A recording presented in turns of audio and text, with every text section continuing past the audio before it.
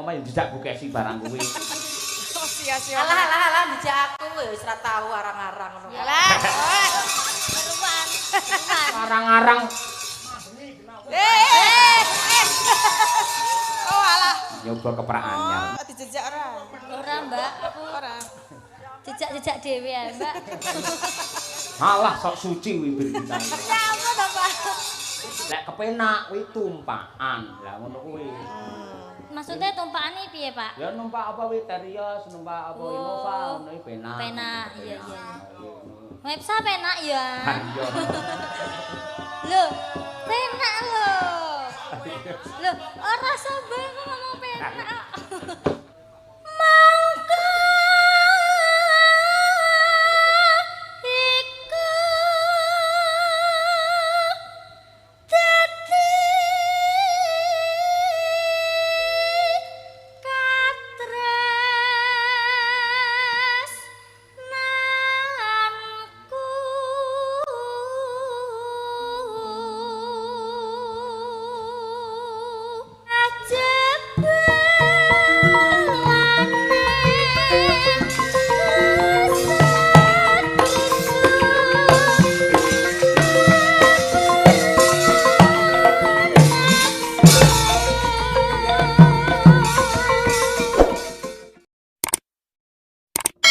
Yo iki dibarene karo genduk bir kita iki.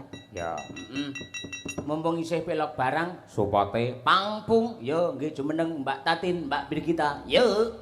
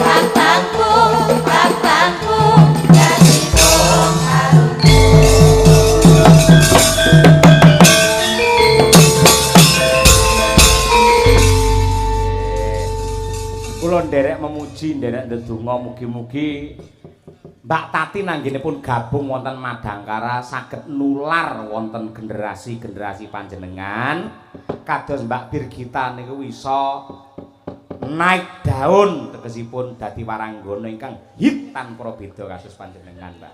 Si menika nggih sampun kok Mbak Brigita nggih sampun ten luar kota, luar Jawa juga nate to, Mbak? Nggih, kan jenengan lho, Mbak. Ya, Terus jenengan. sing ora karo aku ya tau to. Niki nggih luar biasa lho Pak, jenengan sindene iki jan siji cantik, loro ya suarane apik-apik. Ora ana apa nek arane harmoni cacat ngono piye apik to. Ora ana cacate ngono lho Mas. Oh iya. Dadi wis rupa ya entuk, suara ya entuk, kabeh entuk. Nggih. Dadi penak disawangno. Mosok, Mbak? Ya aja disawang tok. Maksudnya arep piye nek ora disawang? Arep Rasane, Mas. arep dirasake suarane. Ya maksudnya suarane to. Birgita ki urung-urung wis besang-besang ngono kuwi mancing. Nyapa, Pak? Aku neh. Oh iso dirasakne rumangsane. Lah maksudnya suarane lho, Pak. Lek suara ki ora dirasakne dirungokne ngono lho. Oh, iya bener. Nek dirasake iki berarti ibarat makanan ya, Pak ya. Iya. Dadi wis ana pilahe dhewe-dhewe yen apik kuwi basane sawangan, ya to. Yen enak kuwi panganan, ngono kuwi. Lek kepenak kuwi tumpakan. Lah ngono kuwi. Maksudnya tumpakane piye, Pak? Ya numpak apa wit Terios, numpak apa Innova, ngono iki penak. Penak, iya. Websa penak ya. Iya. Lho, penak lho. Lho, ora sombong ngomong penak. Alah. Aku ora ngerti iki. Hah? Aku ora ngerti. Ora ngerti ya Pakmu. Tak jelasne, Mbak. Apa? Mepsa itu tumpahane para yoga-yoga. Oh. Penak. Penak ya. Penak. Nek sinden-sinden tumpahane terios ngono, Mbak. Oh, nek dalange? Dalange Yenik. Dalange tetep ora gelem dadi siji. Aja nganti dadi siji, Lah, Mbak. apa? Mergo ane Mbak Tuti, engko gak iso sare, Pak. Yo wis. Lah aku melu nang kono sinden-sinden ra iso ngrasani aku. Lah, Aku wis sing bener kuwi jane tujuane. Jane dirasani ya ora apa-apa rasane apik kok ya. betul rasane apik. Dadi dalang kuwi dadi pengarep kuwi ya kudu siap menerima kritik dan saran dari anak buahnya. Rungokno ngene, Pak. Ngono lho, Pak. Lah aku ki angger kok WA apa iki Pak ngene Pak. Oke, aku mesti ya siap ngono. Selalu kok tampung ngono kuwi. Oh ya yen pancen ya piye to bir aku ya. Pon mumet nggih, Pak. Hah? Pon mumet. Apa? Lek ngrasake anak buah pon mumet. Aku ora tau ngrasakne wong urusane wong-wong kuwi. Oh. Kula iki kare busik bukes iki dimerdekake, butuhmu mung mayang tok. Ya wis mung mayang. Oh. Teluk-beluk ngetombok apa turah apa piye no belas mboten ngerti. Oh, mboten ngerti. Sindene iki sapa, engko seragame apa mboten ngerti kula niki. Sing penting jejak nggih. Penting jejak. Nek kene jejak keprak oleh rak beneran omah jejak bukesi barang kuwi. Oh, sia-sia. Alah dijak aku wis ora tau arang-arang ngono. Yalah. Peruan. Arang-arang Oh, alah. nyoba keprak anyar. Ngono lho sama ngomong ngene to ya Allah. Oh, ngarang-arang kok dadi papat Pak ya. iki cah cilik cek tangi lho, Pak. Bu. Oh, Mbak Bergidah dijejak ora? Oh, dijejak ora? Ora, Mbak. Aku Ora.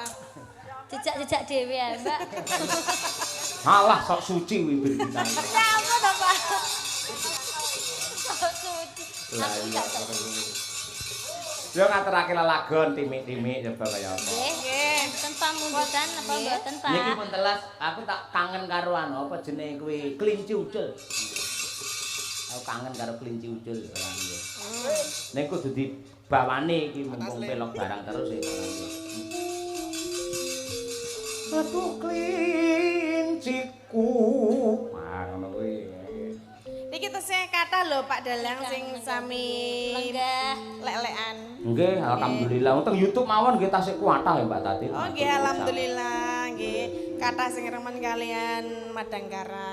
Nggih, lek kancane do remen kita-kita jenengan remen mboten kali Madangkara. Kula remen. Alhamdulillah. Sakmene mbiyane sing sampean senengi sapa, Mbak, kira-kira? Maksudnya kok seneng persone to? Iya, maksudnya iki sing apa ya? Oh, ketoke ini orangnya itu ketoke menarik, ketoke wonge baik ngono lho, Mbak. Oh nek nggon kuwi ra ono kuwi. Duh, nek kene iki lho, lek ning Madangkara. Lah ya ora ono. Berarti gak ana sing Nek menarik. kabeh dadi siji aku seneng kabeh. Oh, Nek kon mboko siji aku ora enak aku. Gak enak Nek ijen-ijen ra gelem, lek dadi siji gelem. filmnya bareng-bareng.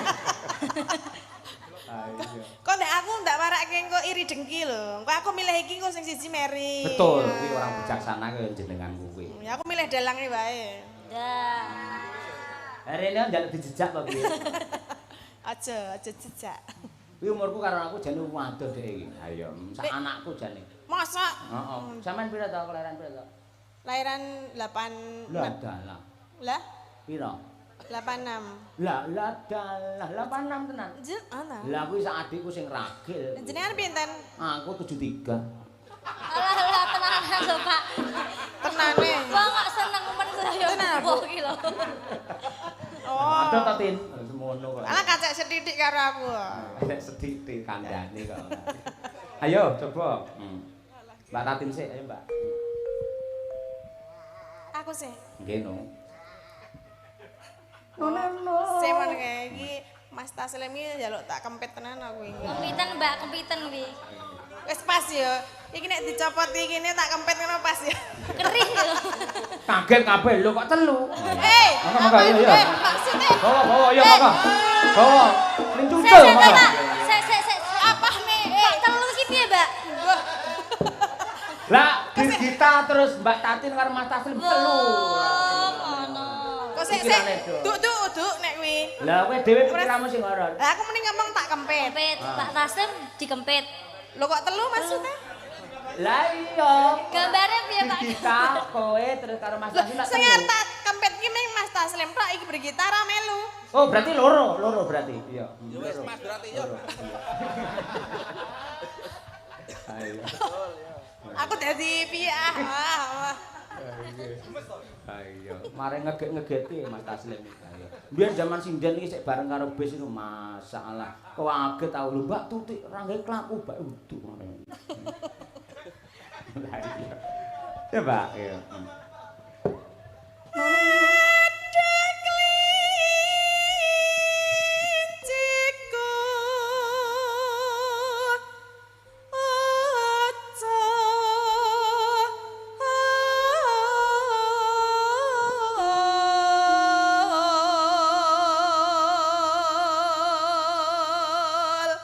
Jernih suarane. Iki lagi gerok ya. Loh, geroke kaya ngene apa nek pas utuh. Aku malah seneng lek rada gerak-gerak ngono kuwi. Lah wis serak-serak basan. Ketok lek laris ngono lho maksude iki. Ora mergo watuk kok, ora mergo laris. Watuk iki gampang tambah-tambane lek patak ya angel. Watuk napa tambane Pak Dalang? Ya obat. Obatnya napa? Ya. Jahe, kencur, jeruk. Oh, jahe kencur. Terus baru ditambahi karo kecap, dipreske jeruk, ngono. Bar kuwi cemplungne ning drum, ya ta. Karo minyak. Karo minyak Diobong. diobong. Sak drume. Terus aku narik dalange ya. Ayo kobong bareng. Heeh. Aku dadi anoman pas kuwi. Anoman obong. Anoman nak buntute nang mburi ya. Lha bener ta anoman mburi. Lah iya, nek jenengan dadi anoman ra ndek buntut ta? Itu buntut ta? Apa? Kupel. Ayo tambah ayo. Ya. Berarti cilik goren ya. Ayo nembangmu ndak kelangan ngeng kowe kok ora. Lah iki Mbak Brigita apa aku meneh? Ya Mbak Brigita ayo.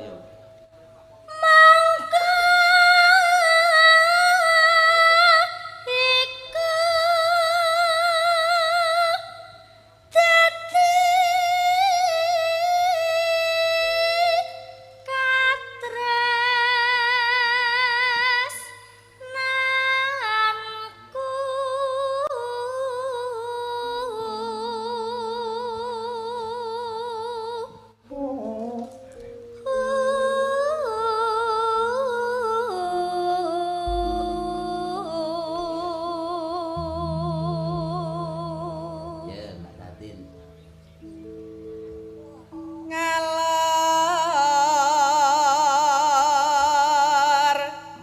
ngidul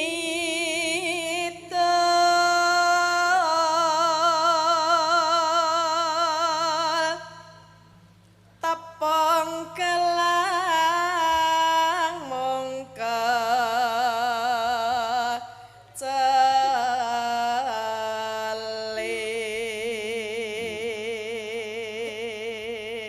Yen cara Yogya kecelik ya Mbak ya. Lah napa? Nggih terus niku. Jane napa, Bu? Kecilik lek mriki. Oh, kecilik. Mboten napa-napa wong kabeh duwe aturan dhewe. Iya, kecelik. Nggih. Keculek beda ya. Ayo. Ya Bir. Saeba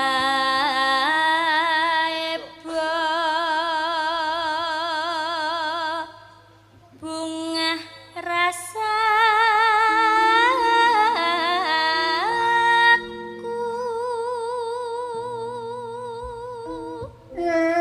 Ing tawang. Wong temen apa? Mumpung melek lho, wis temen masuk ora. Bagong hujan Mumpung melek wae. yen mulih bakal tak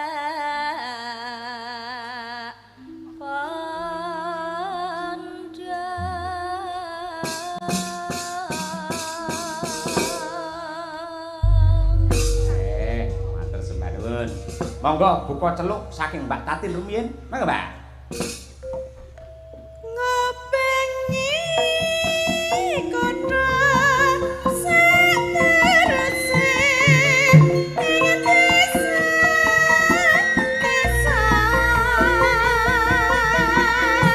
marga goleki sing pak tresnani klinci kocok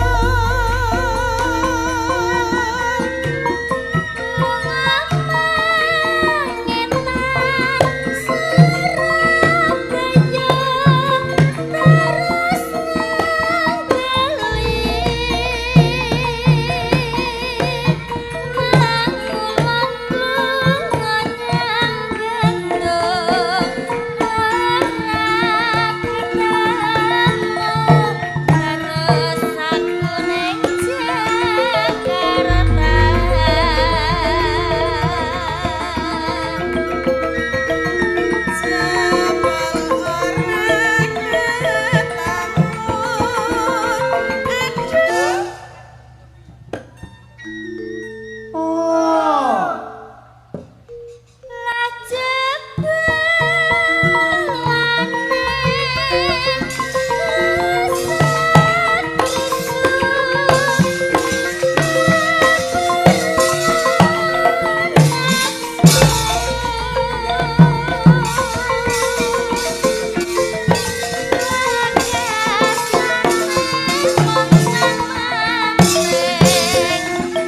Angkat sih, Bang.